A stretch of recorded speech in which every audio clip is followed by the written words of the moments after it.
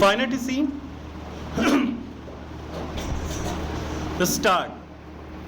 After giving our careful consideration to the facts and circumstances of the case, it appears to us that non-mention of a reasonable ground for eviction on the basis of which a claim for eviction is later on founded usually raise a suspicion about the existence of such ground that such non-mention by itself cannot disentitle a landlord to claim eviction on such ground. If a claim for eviction founded on such ground in the petition for eviction is proved to be well founded and the same is coexistent with the grounds on which eviction is permissible in law, the landlord will be entitled to a decree for eviction, notwithstanding the fact that such ground was not mentioned in the notice for eviction. In our view, the appellate authority has rightly indicated in the facts of the case that the partnership business under the name and style of Godrej and Company was in existence even prior to notice for eviction by the landlord.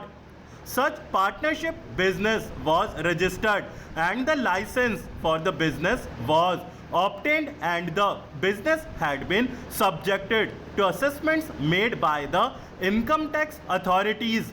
Hence, such business was not brought into existence only for the purpose of making a foundation for eviction of the tenant with malified intention.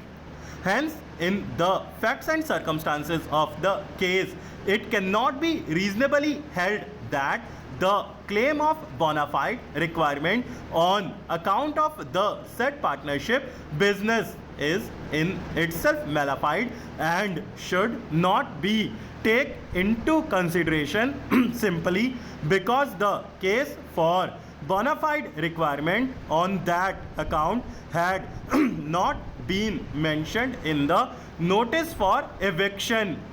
There is no manner of doubt that the bona fide requirement is required to be considered objectively with reference to the materials on record, that it is necessary to determine the real intention of the landlord on the basis of evidences recorded in a case. If the materials on record clearly justify a case of bona fide requirement, there will be no occasion for the court to hold that the landlord did not require the premises bona fide simply because on a previous occasion the action of the landlord for bringing an eviction case may not bona fide.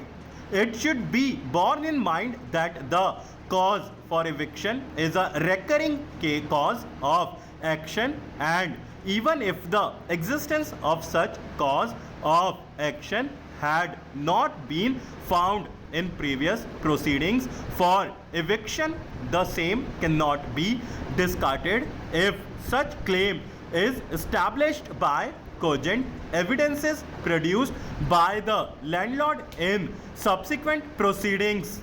It will not be correct to hold that only because after a tenant was evicted by a landlord on the ground of reasonable requirement for building and reconstruction, the landlord did not make the alleged reconstruction but let out the premises to another tenant after obtaining possession. Any subsequent eviction case for the said premises deserve to be dismissed.